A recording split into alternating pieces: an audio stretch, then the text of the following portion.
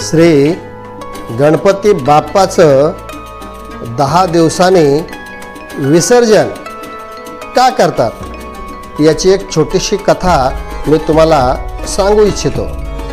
एकदा ब्रह्मदेवाने महर्षी वेदव्यास ऋषींना दर्शन दिलं आणि सांगितलं की वेदव्यास जी, तुम्ही एक महान ऋषी आहात, तुम्हाला वेदांचं खूप मोठ्या प्रमाणे ज्ञान आहे, तुमच्यामध्ये बौद्धिक क्षमता एवढी आहे की तुम्ही कोणत्याही प्रकारचं महाकाव्य रचू शकता। तर ब्रह्मदेव म्हणतात की मला असं वाटतं एखादं महाकाव्य तुम्ही रचावं, कारण येणाऱ्या पिढीला सत्य काय आहे, सत्य हे अटळ आहे, सत्य हे खरं आहे, सत्य हेच सुरुवात आहे आणि सत्य हेच अंत आहे।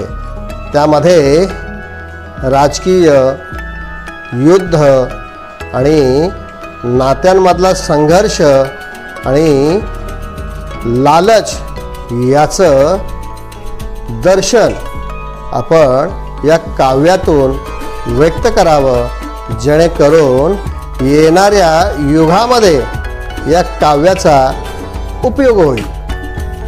महर्षी व्यादव्यास हे काव्य बनवण्यासाठी तयार होतात आणि त्यासाठी ते हिमालयामध्ये एका गुहेमध्ये जाऊन बसतात आणि त्या ठिकाणी आपल्या तपश्चर्येच्या जोरावर आणि आपल्या शक्तीवर कल्पनेनुसार एका काव्याची निर्मिती करतात आणि पुन्हा येऊन ते ब्रह्मदेवांची भेट घेतात आणि ब्रह्मदेवांना सांगतात की प्रभू, मी एका कल्पनेमध्ये एका महाकाव्याची रचना केलेली आहे, पण अडचण अशी आहे की ते काव्य मी जर कल्पनेमधून विचार करून जर ते सांगत असेन तर कल्पनेमधून सांगत असताना ते काव्य मला लेखन करता येणार नाही। तर मी माझ्या कल्पनेतून सांगणारं काव्य कोणीतरी लिहायला हवं, यासाठी खूप बुद्धिमत्ता असलेली माणूस, महर्षी किंवा कोणीतरी देव यासाठी मला आवश्यक आहे की जेणेकरून मी सांगणारी माझी कल्पना आणि माझ्या बुद्धीच्या ज्ञानावर सांगणारी जी माझी विचार आहे, हे विचार लेखन करण्यासाठी मला कोणीतरी सुंदर अक्षर लिहिणारं आणि लेखन करणारं कोणीतरी हवं आहे। ब्रह्मदेव सांगतात की महर्षी, तुम्ही आता कैलास पर्वतावर जा आणि ही गोष्ट, ही हकीकत भगवान शिवशंकरांना सांगा, जेणेकरून भगवान शिवशंकरच यातून काहीतरी मार्ग काढतील। तशाप्रमाणे महर्षी वेदव्यास कैलास पर्वतावर जातात आणि ही सर्व हकीकत भगवान शिवशंकरांना महर्षी वेदव्यास सांगतात। भगवान शिवशंकर म्हणतात की महर्षी, काही काळजी करू नका, हे तुमचं काव्य लिहिण्यासाठी मी श्री गणेश यालाच तुमच्यासोबत पाठवतो। तुम्ही जी कल्पना कराल, तुम्ही जे काव्य कराल, त्याचं लेखन श्री गणेश करेल। तो बुद्धीचा देवता आहे, त्याच्याकडे चांगल्या प्रकारे बौद्धिक क्षमता आहे आणि त्याचं अक्षरही सुंदर आहे। तशाप्रमाणे श्री गणेशला बोलून प्रभू भगवान शिवशंकर घेतात आणि ही सगळी हकीकत श्री गणपती बाप्पाला भगवान शिवशंकर सांगतात।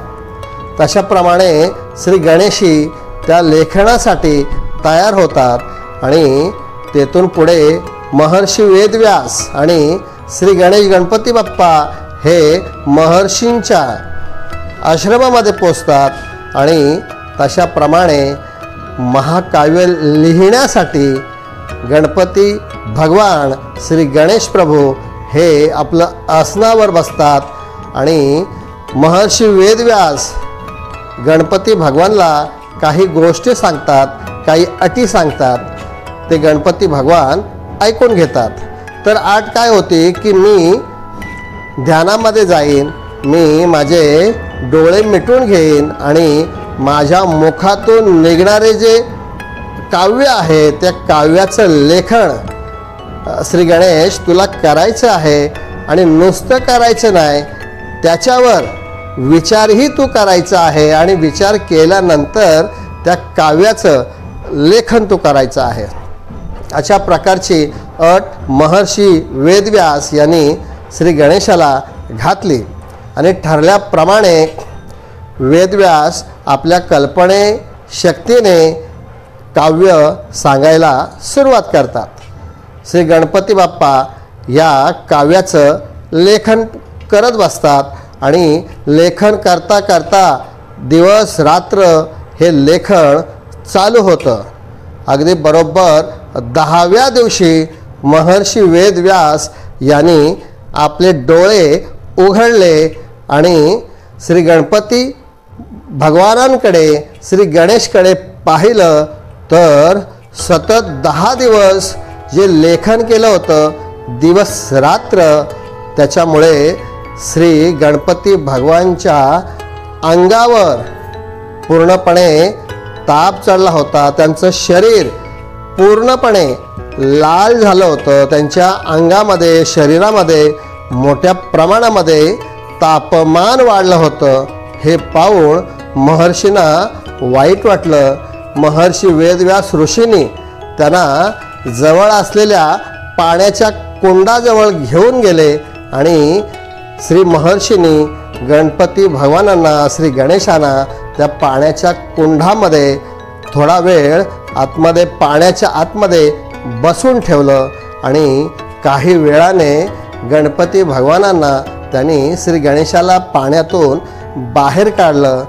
त्यावेळी गणपती भगवानांच्या शरीरामध्ये जो ताप वाढला होता, जे अंग गरम झालं होतं, जे अंग लाल बुंद झालं होतं, ते पूर्णपणे शीतल झालं होतं, शांत झालं होतं. आणि ते शरीर पूर्ण शांत झाल्यानंतर गणपती भगवानची जी सुंदरता होती, जे अंग गोरपान होतं, ते व्यवस्थित झालं होतं. तशाप्रमाणे हे गणपती भगवाननी 10 दिवस लेखन केलं.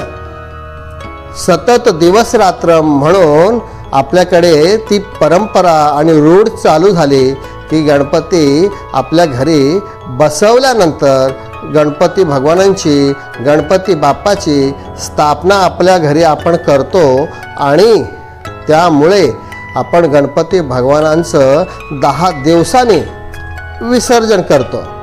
तर 10 दिवस जे गणपती भगवान श्री गणेशाने जे लेखन केलं होतं ते महाकाव्य कोणतं होतं, तर ते महाकाव्य होतं महाभारत. तर महर्षी वेद ऋषींनी या महाकाव्याची कल्पना केली आणि ती कल्पना लेखन करण्याचं काम, ते महाकाव्य लिहिण्याचं काम श्री गणेश म्हणजे गणपती भगवान यांनी केलं होतं. ते महाकाव्य साऱ्या देशामध्ये आजही आपण पवित्र मानतो. ते महाकाव्य म्हणजे महाभारत. या महाभारताच्या ग्रंथाची, या काव्याची रचना महर्षी वेदव्यास ऋषींनी केली आणि त्याचं लेखन श्री गणपती भगवान श्री गणेश बाप्पा यांनी केलं होतं. आणि म्हणून 10 दिवसानंतर गणपती भगवानांना आपण विसर्जित करतो. तर ही छोटीशी कथा मी तुम्हाला सांगण्याचा प्रयत्न केलेला आहे. वाटतं की तुम्हाला नक्की आवडेल.